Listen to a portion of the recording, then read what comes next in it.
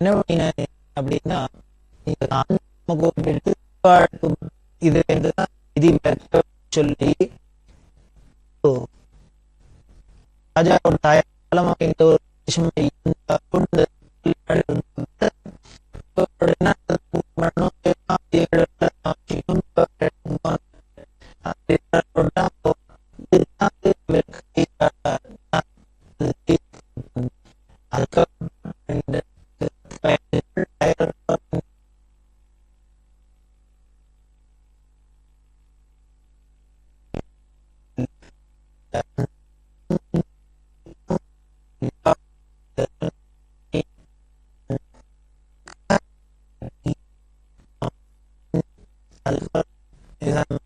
அவரோட மரியாதை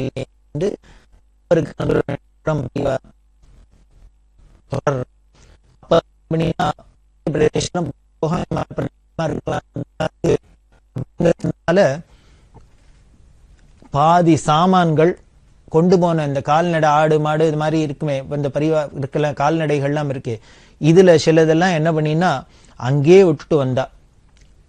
நிசாம்கிட்ட சொல்லிட்டு கிட்டத்தட்ட 4 வருஷம் பெரியவா காசி யாத்திரை பண்ணிட்டு திரும்பி வர வரைக்கும் இந்த மடத்துல பாதி சாமான்கள் அங்க ஹைதராபாத்லயே வைக்கப்பட்டிருந்து ராஜாக்களோட பாதுகாப்புல. அதுக்கப்புறம் சிகந்தராபாத் வந்தா. சிகந்தராபாத் எல்லாம் தரிசனம் பண்ணிட்டு பல இடங்கள்ல சுத்திண்டு மகாராஷ்டிரத்துல திரியம்பகம் அப்படிங்கிற க்ஷேத்திரம் இருக்கு, அதெல்லாம் தரிசனம் பண்ணிட்டு மத்திய பிரதேசத்துக்குள்ள யாத்திரை பண்ணிட்டு இருக்கிறது தான். முதல்ல சொன்னாப்புல ரொம்ப கடுமையான வெயில், எப்படின்னா 120 டிகிரி வெயில். பார்த்துங்கோ, போன வாளுக்கெல்லாம் மூக்கால கண்ணாலாம் ரத்தம் வர அளவுக்கு 120 டிகிரி வெயில் தாங்க முடியல. அந்த வெயில் பழக்கப்பட்டது இல்லை. வந்த பரிவாரங்கள்லாம் ரொம்ப என்ன பண்றதுன்னு தெரியல. பல பேருக்கு உடம்பு சரியில்லாத போயிடுத்து. ரொம்ப ஒரு சிரமமான திசையா ஆயிடுத்து. தண்ணீர் கஷ்டமா வேற போயிடுத்து. இது அடர்ந்த காடு, தண்ணி கஷ்டமான கஷ்டம், 120 டிகிரி வெயில், இத்தனையும் பொறுத்துண்டு கூட போன வாழலாமும் பெரியவாளோட யாத்திரையை தொடர்ந்தா அப்படின்னா அந்த பக்தாளோட பக்தியை என்ன சொல்றதுன்னு தெரியல. அந்த கைங்கரியம் பண்ணிடுவாளோட அந்த சேவையை எப்படி பாராட்டுறதுன்னு தெரியல. நம்மளாலெல்லாம் அது மாதிரி அப்படி வைராக்கியமா பெரியவாளோட அந்த கைங்கரியம் தான் முக்கியம்னு இருப்போமா அப்படின்னு சந்தேகம்தான். அப்படி இல்லாம யாரானும் கிடைப்பாளா கைங்கரியத்துக்கு அப்படிங்கிறதே சந்தேகம்தான். எப்படி கிடைச்சதுன்னு, அது என்ன கஷ்டம் இருந்தாலும் பெரியவா கூட இருந்ததுன்னா அந்த கஷ்டம் கஷ்டமாவே இருக்காது. நீங்க மடத்துல போய் பார்த்தீங்கன்னா என்ன வேளா வேலைக்கு காப்பி டிஃபன் உண்டா, சாப்பாடு உண்டா, இல்ல படுத்துக்கிறதுக்கு ஏதாவது ஏசி உண்டா, அது உண்டா, ஃபேன் உண்டா, ஒரே கொசுக்கடி. இப்போ இன்னைக்கு ஒரு நாளைக்கு 12 மணிக்கு சாப்பாடு, ஒரு நாளைக்கு 4 மணிக்கு சாப்பாடு, ஒரு நாளைக்கு இந்த ஊரு, ஒரு நாளைக்கு அந்த ஊரு, ஒரு நாளைக்கு ஒரு தண்ணி, இன்னொரு நாளைக்கு இன்னொரு தண்ணி, எப்படி சூழ்நிலை கண்ணா பின்னான்னு மாறிண்டே இருக்கும். அது அத்தனைக்கும் மேல ஒரு ஆனந்தம் இருக்கும். சரி இவ்வளவு கஷ்டம் இருக்கே நம்ம விட்டுட்டு போவோம் அப்படின்னு தோணாது. ஏன் அப்படின்னு அந்த மகான்களோட தபஸ், அவளோட சந்நிதி விசேஷம் என்ன ஆயிடுறதுன்னு, என்ன வெளி கஷ்டம் இருந்தாலும் அது அத்தனையும் நமக்கு ஆனந்தமா மாத்தி கொடுத்துருது. இதெல்லாம் பொறுத்துண்டாலும் அந்த ஆனந்தத்துக்கு ஈடு இதெல்லாம் ஒண்ணும் இல்லை அப்படிங்கிறாப்புல இருக்கும். அப்படிதான் இங்கேயும் இந்த மத்திய பிரதேசத்துல யாத்திரையில இருக்கிறதே ரொம்ப பல சிரமங்களுக்கு நடுப்புதான் இவ போக வேண்டியிருந்தது.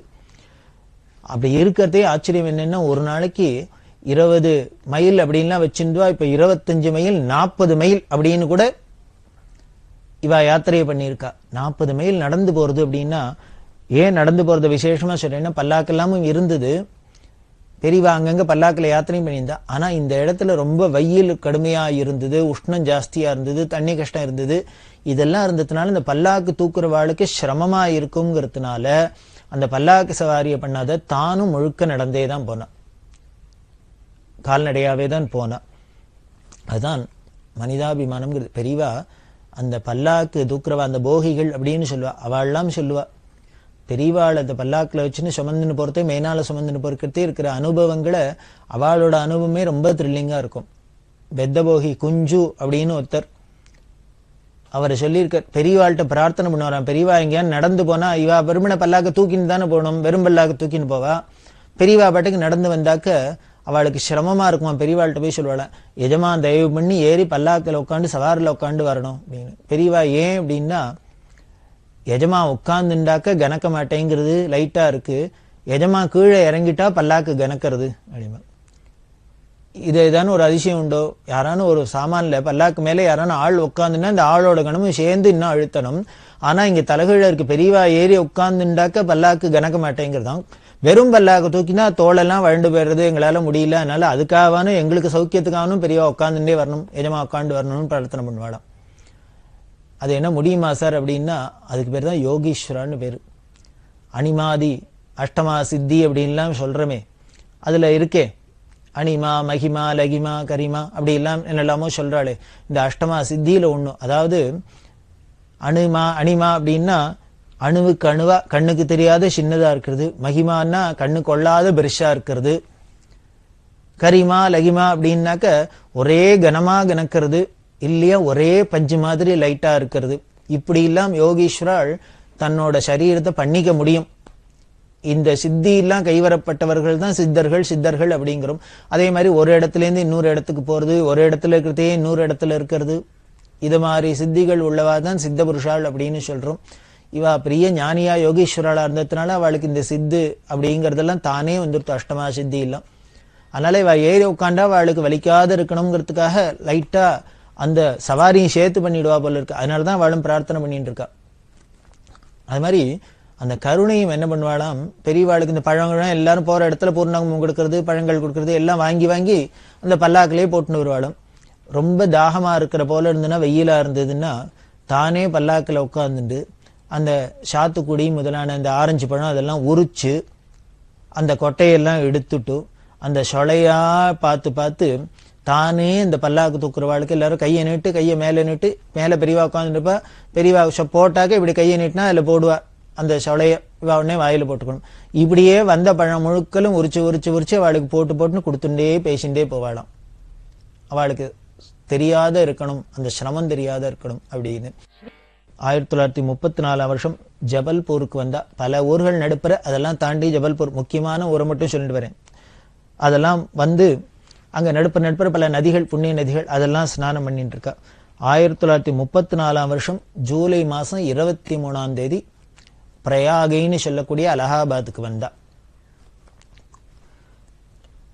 தீர்த்தராஜன் அப்படின்னு சொல்லப்பட்டிருக்கு. 1919ஆம் வருஷம் கிளம்பினவா 15 வருஷம் கழிச்சு 1934ஆம் வருஷம் ஜூலை மாசம் தான் திரிவேணி சங்கமம் அலகாபாத்துக்கு வந்தா. இந்த அலகாபாத் பிரயாகைன்னு சொல்ற பழக்கம். தீர்த்தராஜன் அப்படின்னு பேரு. ரொம்ப உயர்ந்த க்ஷேத்திரம், பரத்வாஜாசிரமம் இருந்த இடம். இன்னும் பல மகான்கள் தபஸ் பண்ணின தபோபூமி அது. ராமாயணத்தோட ரொம்ப நெருங்கிய தொடர்பு உடைய க்ஷேத்திரம். அந்த பிரயாகையில தான், அலகாபாத்ல தான் மோட்ச நதிகள்ல 3ஆன கங்கை யமுனை சரஸ்வதிங்கிற 3ம் சங்கமமாற இடம். திரிவேணி சங்கமம் அப்படின்னு சொல்றோம். 7 நதி மோட்ச நதி.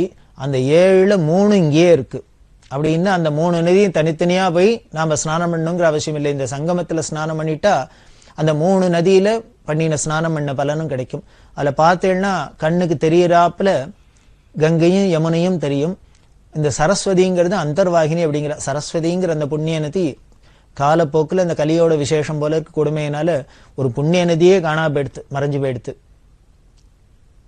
அது ஓடினத்துக்கு உண்டான ட்ரேஸ் எந்த வழியால ஓடித்து அப்படின்லாம் சொல்லப்படுது. இப்போ ஜியாகிரபியில அதெல்லாம் இந்த புவியியல் வல்லுநர்கள்லாம் சொல்ற இந்த வழியாலாம் ஓடி இருக்கு, இந்த வழியாலாம் ஓடி இருக்கு அப்படின்னு. அதை பார்த்தேன்னா நம்ம புராணங்கள்ல இதிகாசங்கள்ல எல்லாம் என்னென்னலாம் சொல்லப்பட்டிருக்கோ, அந்த நதி எந்த கரை எப்படி எல்லாம் சொல்லியிருக்காளோ அதெல்லாம் டேலியர் அப்படியே தான் இருக்கு. அப்படி வந்து இந்த பிரயாகையில இது சேர்றது, அது அந்தர்வாகினி அப்படின்னு உள்ள சொல்லுவா. கண்ணுக்கு தெரியாத இருக்கு. இந்த 3 நதிகளும் சேர்ற அந்த பிரயாக, அந்த பிரயாகையில ராமேஸ்வரத்திலேருந்து எடுத்துன்னு வந்த அந்த மண்ணை பெரியவா சேர்த்துட்டு அந்த வைதீக காரியங்கள்லாம் எல்லாம் பண்ணிட்டா. அங்க வேணி மாதவர் அப்படின்னு இருக்கார். வேணி மாதவர் தரிசனம் பண்ணணும். அதாவது மாதவர் 3 இடத்துல ரொம்ப விசேஷம். ஒண்ணுமே பார்த்துருக்கோம் நினைக்கிறேன். ராமேஸ்வரத்துல சேது மாதவர், இந்த பிரயாகையில வேணி மாதவர், காசியில பிந்து மாதவர். இந்த 3 பேரும் மாதவ க்ஷேத்திரம். இந்த சேது மாதவரை, இந்த வேணி மாதவர், பிந்து மாதவர், இவா 3 பேரையும் அவசியம் தரிசனம் பண்ணும். இந்த காசி யாத்திரையில தான் இதை பண்ண முடியும். அந்த வேணி மாதவர் தரிசனம் பண்ணிட்டா அங்க சிவமடம்ங்கிற இடம் இருக்கு. அங்க சிவமடத்துல தான் தங்குற வழக்கம். பண்ணினா அங்க அக்ஷயவடம் அப்படின்னு ஒண்ணும் கயால பார்க்க போறோம். அந்த அக்ஷயவடத்தோட வேர்பாகம் அடிபாகம் இருக்கிறது இந்த பிரயாகேல பெரிய வடவிருட்சம். அது என்ன அப்படின்னா, அதோட வேர்பாகம் அடிபாகம் இந்த பிரயாகேல இருக்கு, நடுபாகம் காசியில இருக்கு, மேல் பாகம் கயால இருக்கு. அப்படின்னா அப்படி 3 இடத்துக்கும் வியாபிச்சிருக்கிறாப்புல ஒரு பெரிய வடவிருட்சம்.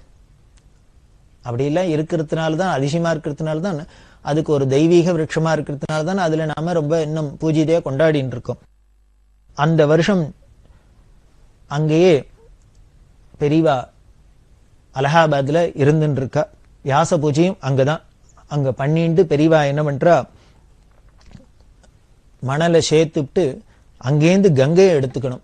கங்கை எங்க எடுக்கணும் அப்படின்னா பிரயாகேல தான் எடுக்கணும். காசி யாத்திரை பண்றதே கங்கைய பிரயாகேல அலகாபாத்ல தான் எடுக்கணும். காரணம், அலகாபாத்துக்கு அப்புறம் இந்த திரிவேணி சங்கமத்துல சரஸ்வதி யமுனையோட சேர்ந்துறதுனால சுத்த கங்கையை தான் எடுக்கணும். கங்கையை மட்டும், கங்கா தீர்த்தத்தை மட்டும் எதோடையும் கலக்கப்படாது, எந்த தீர்த்தத்தையும் கங்கையோட கலக்கப்படாது. ஒரு உதிர்னி ஒரு கடுகத்தினை இருந்தாலும் கங்கை கங்கை.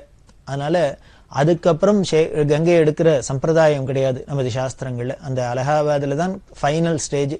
அதுவும் இந்த சங்கமத்துல யமுனையோட கலக்கிறதுக்கு முன்னால உள்ள இடத்துல தான் அந்த கங்கையை எடுத்துப்பா. அப்படி கங்கையை எடுத்துண்டா. கங்கையெல்லாம் ஸ்வீகரிச்சுண்டு பெரியவாங்க விதிப்படி என்னென்ன வைதிக காரியங்கள்லாம் பண்ணணுமோ அதெல்லாம் பண்ணா.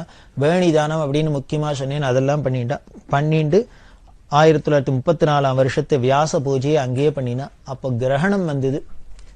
பௌர்ணமி அன்னைக்கு கிரகணம் வந்துடுத்து. வியாச பூஜை அன்னைக்கு அந்த கிரகண ஸ்நானத்துக்கும் இந்த பிரயாகையிலேயே பண்ணிட்டு, கிரகணத்த காலத்துல புண்ணிய நதிகள்லாம் போய் ஸ்நானம் பண்ணி அங்கேயே ஜபம் தபம்லாம் பண்ணினா மந்திர சித்தியெல்லாம் ஏற்படும், தானங்கள்லாம் பண்ணினா கோடி பங்கு பலன் கிடைக்கும், அப்படிலாம் சாஸ்திரம் சொல்றதுனால அதை பண்ணினா. அதுக்கப்புறம் அதுல வாசுகி பரத்வாஜ ஆசிரமம்லாம் இருக்கு, அக்ஷயவடத்தோட மூலம் இருக்குன்னு சொன்னது எல்லாத்தையும் பெரியவா பார்த்துன்னு தரிசனம் பண்ணிட்டு 1934 வருஷம் அக்டோபர் மாசம் 6ஆம் தேதி காசிக்கு விஜயம் பண்ணினா. பனாரஸ் அப்படின்னு சொல்றோம். நம்ம சனாதன இந்து மதத்துல ரொம்ப முக்கியமான க்ஷேத்திரங்கள்ல 2, ஒன்னு காசி, இன்னொன்னு காஞ்சி. இந்த காசியும் காஞ்சியும் நம்ம சனாதன இந்து மதத்துக்கு ஹிருதயஸ்தானம் அப்படின்னு சொல்லணும். அவ்வளவு முக்கியம். அந்த காசி மாநகரத்துக்கு விஜயம் பண்ணினா. அங்க வருணா அசி அப்படிங்கிற 2 நதி கங்கையோட கலக்கிறதுனாலே அதுக்கு தெற்கு பக்கம் வடக்கு பக்கம் 2 வந்து கலக்கல். அதனாலேயே வாரணாசி வாரணாசி அப்படின்னு அதுக்கு பேரு. மகாஸ்மசானம் அப்படின்னு பேரு. விஸ்வநாதர், க்ஷேத்திரமூர்த்தி, விஷாலாட்சி, அன்னபூரணி, காலபைரவர், தண்டபாணி முதலான தேவதைகள்லாம் அங்க சாநித்தியத்தோட இருக்கா. உலகத்துக்கே படியெழுக்கிற சாட்சாத் ஜெகன்மாதாவான அன்னபூர்ணி இருக்கிற க்ஷேத்திரம். அன்னபூர்ணேஸ்வரிக்கு தான் அங்க ரொம்ப பிராதான்யம்.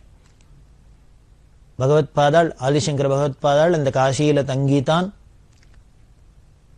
இந்த சூத்திர பாஷ்யங்கள் எல்லாம் பிரச்சாரம் பண்ணி வியாசாச்சாரியாளவாளோட வந்து வாதம் பண்ணி இப்படி நடந்த பல நிகழ்ச்சிகள் சங்கர விஜயத்தோட தொடர்புது எல்லாமே இந்த காசியில தான் நடந்தது. அந்த வாரணாசியில காசியில போய் பெரியவா தங்கி இருந்தா. அந்த காசியில அனுமான் காட்டுல காஞ்சி காமகோடி பீடத்தோட சங்கர மடம் இருக்கு. இன்னி வரைக்கும் ரொம்ப பிரசித்தமா இருந்தனுக்கு எல்லா யாத்திரிகளும் போய் அங்க தங்கிண்டு எல்லாம் வசதியா இருந்துட்டு இருக்கா. அங்க பெரியவா தங்க காசி நகர எல்லையிலேயே காசி ராஜா, இன்னும் பனாரஸ் ஹிந்து யூனிவர்சிட்டின்னு இருக்கு. அந்த பல்கலைக்கழகத்தை சேர்ந்த வித்வான்கள், மதன் மோகன் மாளவியா அப்படின்னு பெரிய வித்வான், இவா எல்லாருமா சேர்ந்துன்னு காசியில பண்டிதாள்லாம் எப்பொழுதுமே ஜாஸ்தி அப்படின்னு சொன்னேன். இந்த பண்டித கோஷ்டிகள்லாம் வரவேற்க, ராஜா வரவேற்க, காசி ராஜா வரவேற்க, ஊர் ஜனங்கள்லாம் வரவேற்க கிட்டத்தட்ட 10,000-15,000 பேர் கூடியிருந்தா. அன்னைக்கு பெரியவாளை தரிசனம் பண்ண. ஏன்னா முதல்ல பெரியவா போறா. ஒண்ணுமே சொன்னோம், மடத்துல கும்பகோணத்திலேருந்து கிளம்புறதே மடத்து மேனேஜர் கவலைப்பட்டார். நம்மள ஆந்திராவை தாண்டிட்டாக்க நமக்கு அப்புறம் வரவேற்பு எப்படி இருக்கும்னு தெரியல. ஏன்னா அந்த காலத்துல காஞ்சி மடத்துல அன்னன்னைக்கு வரத வச்சுன்னுதான் செலவு பார்த்துண்டா. அதனால அங்கங்க போனா அன்னன்னைக்கு யாரானு வந்து சேவார்த்திகள் வந்து பக்தா வந்து பிக்ஷாவந்தனம், பாத பூஜை இதெல்லாம் பண்ணி பணம் கொடுத்து ஏதானும் சாமான்கள்லாம் கொடுத்தா மடத்தை மற்ற காரியங்கள் நடக்கலாம். அப்படிலாம் ஒரு இருந்ததுனால, சிச்சுவேஷன் இருந்ததுனால மேனேஜர் பயந்தர். நம்ம இந்த தாண்டி போயிட்டோம்னா அதுக்கப்புறம் நம்மளை யாருன்னு தெரியுமா, நம்மளோட பெருமை மகிமா அவளுக்கு தெரியுமா, அவ அதுக்கு ஏத்தாப்புல நமக்கு உபச்சாரம் பண்ணுவாளா, காலத்தை தள்ள முடியுமா அப்படின்னு, அதாவது ஒரு நிர்வாக ரீதியா அவருக்கு உண்டான கவலைப்படி தான் சொன்னார். ஆனா இங்க வந்து பார்த்தா என்னென்ன தலைகீழ இருந்தது, ஆச்சரியமா இருந்தது. 10,000 15,000 ஜனங்கள் ஒரு ரிசப்ஷனுக்கு கூடுறா அப்படின்னா வரலாறுல அப்படி இல்லாம இதான ஏதோ அரசியல் தலைவர்களுக்கெல்லாம் வேணா பார்க்கலாமோ, ஒரு மத தலைவர்களுக்கு ஒரு மடாதிபதிக்கு இப்படி இருக்கும்னா இது பெரியவாள்கிட்ட நடந்திருக்கு. அத்தனை பேரும் ஆசைப்பட்டு பார்த்தேன்னா சில போட்டோக்கள்லாம் இருக்கு அந்த காலத்துல எடுத்தது. எங்க பார்த்தாலும் பெரியவா அந்த யாத்திரை வர இடத்துல ஒரே தலையாதான் தெரியும். இருக்கிற கட்டடங்க மேல, அது மேல, மரத்து மேல, மட்ட மேலன்னு எல்லாத்துலயும் எரிண்டு பெரியவாளை எப்படியானும் ஒரு தரமானும் பாத்திர மாட்டோமா, துளியானும் அந்த கடாட்சம் மேல பட்டுறாதா அப்படின்னு ஏங்கிண்டு பார்த்துட்டு நிக்கிறாப்புலே இருக்கும். பல போட்டோக்கள்லாம் அப்படி இருக்கு. அப்படி காசியில ரொம்ப பெரிய வரவேற்பு, விஜயம் பெரியவா. அங்க கங்கா ஸ்நானம் பண்ணி பல கட்டங்கள் இருக்கு. அதுல முக்கியமானது 5 கட்டம், மணிகன்னிகா முதலான கட்டங்கள். அதெல்லாம் ஸ்நானம் பண்ணிட்டு அங்கங்க வைதீக காரியங்களை என்னென்ன பண்ணுமோ பண்ணிட்டு விஸ்வநாதர், விசாலாட்சி, அன்னபூர்ணி வாழலாம் தரிசனம் பண்ணிண்டா. 10,000 பேர் 15,000 பேர் நோம். காசிக்கு பேர்ந்தவாளுக்கு தெரியும் எல்லாம் ஒரே சந்து சந்தா இருக்கும். விஸ்வநாதர் கோவில் எப்படி இருக்கும் அப்படின்னார். நாம என்ன கற்பனை பண்ணிட்டு ஏதோ காசி இப்படிப்பட்ட பெரிய ராஜதானி அப்படின்னு சொல்லுமே, சனாதன மதத்துக்கு அவ்வளவு புராண ரீதியா வரலாறு ரீதியா இப்படி எல்லாம் மகிமே பிரசித்தம்லாம் சொல்ற ஊர்னா விஸ்வநாதர் கோவில்னா என்னமோ பெருசா நம்பூர் தஞ்சாவூர் பிரகதீஸ்வர கோவில் மாதிரி இருக்கும். அப்படி இருக்கும்னு கற்பனை கொண்டு போனோம்னா ஏமாந்து போயிடும். என்னென்ன ஒரு வீடு மாதிரி இருக்கும்.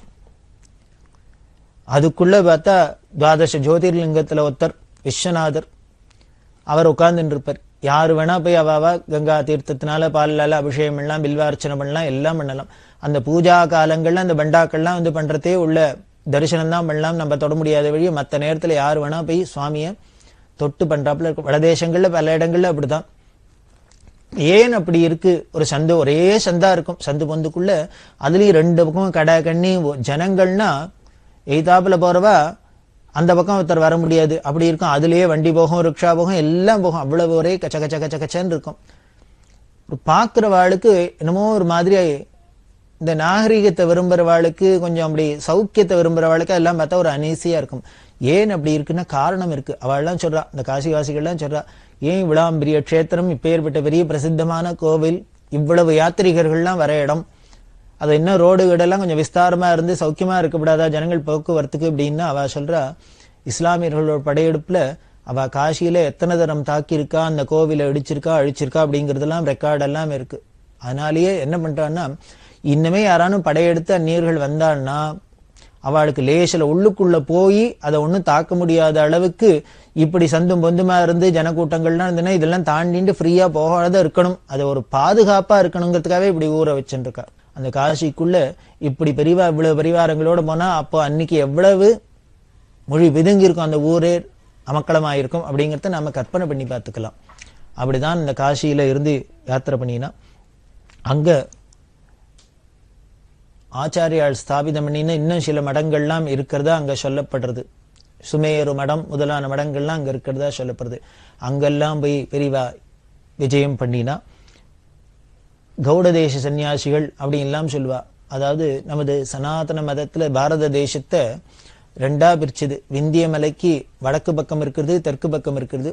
அந்த வடக்கு அந்த பிரதேசங்கள் எல்லாம் கௌட தேசம் அப்படின்னும், தெற்கு இந்த தென்மேற்கு இந்த பிரதேசங்கள்லாம் திராவிட தேசம் அப்படின்னு வச்சுது. அந்தையும் 5ஆ பிரிச்சுது. பஞ்ச கௌடாஸ் பஞ்ச திராவிடாஸ் அப்படின்லாம் சொல்ற வழக்கம். அதனால அந்த பக்கத்துல விந்தியாச்சலத்துக்கு அந்த கௌட தேசத்திலேருந்து வந்தவாள்லாம் கௌட தேச சன்னியாசிகள்னும், இந்த திராவிட தேசத்திலேருந்து தென் திசையிலேருந்து வந்தவாள்லாம் திராவிட சன்னியாசின்னு சொல்ற வழக்கம். அதுக்கு மேல இந்த திராவிட தேசத்திலேருந்து போனவாளே என்ன திராவிட்னே சொல்லுவா. இன்னமும் காசியில பார்த்தீங்கன்னா பல திராவிட் அப்படிங்கிற பட்ட பேரோட இல்ல இவாள்லாம் இந்த திராவிட தேசத்திலேருந்து போனவான்னு அர்த்தம். அப்படி இந்த கௌட தேச சன்னியாசிகள்லாம் பெரியவா திராவிட தேச சன்னியாசியாச்சே. விசேஷமா அவெல்லாம் பெரியவாளை கொண்டாடினா இப்படி காசியில பல இடங்களை பார்த்துண்டு பெரியவா 1935ஆம் வருஷம் ஏப்ரல் மாசம் கஸ்தர் மகாதேவ்ங்கிற க்ஷேத்திரத்துக்கு வந்த அந்த யாத்திரையை அதுக்கப்புறம் தொடர்ந்துட்டே வர அந்த உத்தரப்பிரதேசத்துல அங்க தண்டி பாபா அப்படிங்கிற கரபாத்திரி மகாராஜி அப்படின்னு ஒரு பெரிய சன்னியாசி அந்த கஸ்தர் மகாதேவில இருந்தார். அவர் பெரியவாளை பார்க்கணும் தரிசனம் பண்ணணும்னு ஆசைப்பட பெரியவா அவரோட சந்திச்சு அவருக்கு தரிசனம் குடிச்சு எல்லாம் பண்ணா. அதுக்கப்புறம் சுராஜ்பூர்ல ராஜவம்சம் அவ அழிச்சுன்னு போய் பெரியவாளை தங்களோட அரண்மனையில வச்சு பெரியவாளுக்கு ஏகப்பட்டது அமக்களமா வெகு விமரிசையா உபச்சாரம்லாம் பண்ணா. அப்புறம் பல இடங்களுக்கு பெரியவா வந்தா. பெரிய அந்த தேசத்துல உள்ள கோயில் கருங்கிற இடத்துக்கு வந்தா. அங்க சோணபத்ராங்கிற நதி, அந்த சோணபத்ரால பெரியவா ஸ்நானம் பண்ணி, அந்த சோணபத்ரால தான் அந்த பஞ்சாயதன பூஜையில 5 சுவாமி வச்சுக்கிறோம் இல்லையா, ஆதித்யம், அம்பிகாம், விஷ்ணும், கணநாதம், மகேஸ்வரம் அப்படின்னு. அந்த 5 சுவாமி வச்சுன்னு, அதாவது பிள்ளையார், சூரியன், விஷ்ணு, அம்பாள், சிவன், இந்த 5 பேரையும் வச்சுன்னு பூஜை பண்றது பஞ்சாயதன பூஜைன்னு. இது சனாதன நம்ம வைதிக மதத்துல சம்பிரதாயம். இந்த 5மே 5 கல்லு, நமது தேசத்துல ஒவ்வொரு இடத்துல கிடைக்கிற கல்லு. இது இந்த சோணபத்ராங்கிற நதியில அடியில கிடைக்கிற கல்லு. இந்த காவேரிலாம் கூழாங்கல் மாதிரி அங்க இருக்கும், சக்கச்சவேர்னு இருக்கும். அதுலதான் பிள்ளையாரோட சாநித்தியம் இருக்கிறதா சாஸ்திரம் சொல்றதுனால அதை எடுத்துட்டு பெரியவா அந்த சோணபத்ரா வச்சுன்னு பண்றது. நேபாளில கண்டகிங்கிற நதியில சாலக்கிராமம் கிடைக்கிறது, அதை வச்சுக்கிறது. மத்திய பிரதேசத்துல நர்மதையில கிடைக்கிறது பானலிங்கம், அதுதான் சிவன். ஆந்திரால ஸ்வர்ணமுகின்னு நதி சொன்ன காளஹஸ்தி கிட்ட, அந்த நதியில கிடைக்கிற கல் தான் ஸ்வர்ணமுகின்னு கல், இது அம்பாளுக்கு. தமிழ்நாட்டுல வல்லம்ங்கிற இடத்துல ஸ்படிகம் கிடைக்கிறது, அந்த ஸ்படிகம் தான் சூரியனுக்கு. இப்படி ஸ்படிகத்துல சூரியன், இந்த சேப்பு கல்லுல பிள்ளையார், சாலக்கிராமத்துல விஷ்ணு, பானலிங்கத்துல சிவன், இந்த ஸ்வர்ணமுகியில அம்பாள் அப்படின்னு இந்த 5 கல்லையும் வச்சுன்னு 5 தேவதைகளும் பஞ்சாயதனமா பூஜை பண்றது. அதுலயே ஆச்சாரியால் பகவத்பாதா என்ன பண்ணினா சுப்பிரமணியரும் சேர்த்துண்டு ஷண்மதம் அப்படின்னு வச்சா. அந்த சுப்பிரமணியருக்கு நாம வேற கல்லுகள்ல எதுவும் வைக்கல, என்ன பண்ணான வேலை வச்சுக்கிறது இல்ல ஒரு நாகரை வச்சுக்கிறது அப்படின்னு ஒரு சம்பிரதாயத்தை வச்சுருக்கு. அப்படி இந்த சோணபத்ரால கோயில் கர்ல பெரியவா சோணபத்ரால ஸ்நானம் பண்ணி அதுலேருந்து இந்த விநாயகர்லாம் எடுத்து எல்லாரும் கொடுத்து தானும் பூஜைக்கு எடுத்துட்டா. அப்புறம் தானாப்பூர் வழியால பாட்னாக்கு வந்தா. பாடலிபுத்திரம் அப்படின்னு சரித்திர பிரசித்தி பெற்ற இடம். அந்த பாட்னால தான் ரொம்ப பெரிய வரவேற்பு. சங்கர ஜெயந்தி அங்க வெகு விமர்சையா நடந்தது. டிகாரிங்கிற சமஸ்தான ராஜா அந்த சங்கர ஜெயந்தி செலவு முழுக்களும் ஒத்துண்டு அந்த பாட்னால தன்னோட அந்த சங்கர ஜெயந்தி எல்லாம் முடிச்சுன்னு பெரியவா மேற்கொண்டு யாத்திரையை தொடர்ற.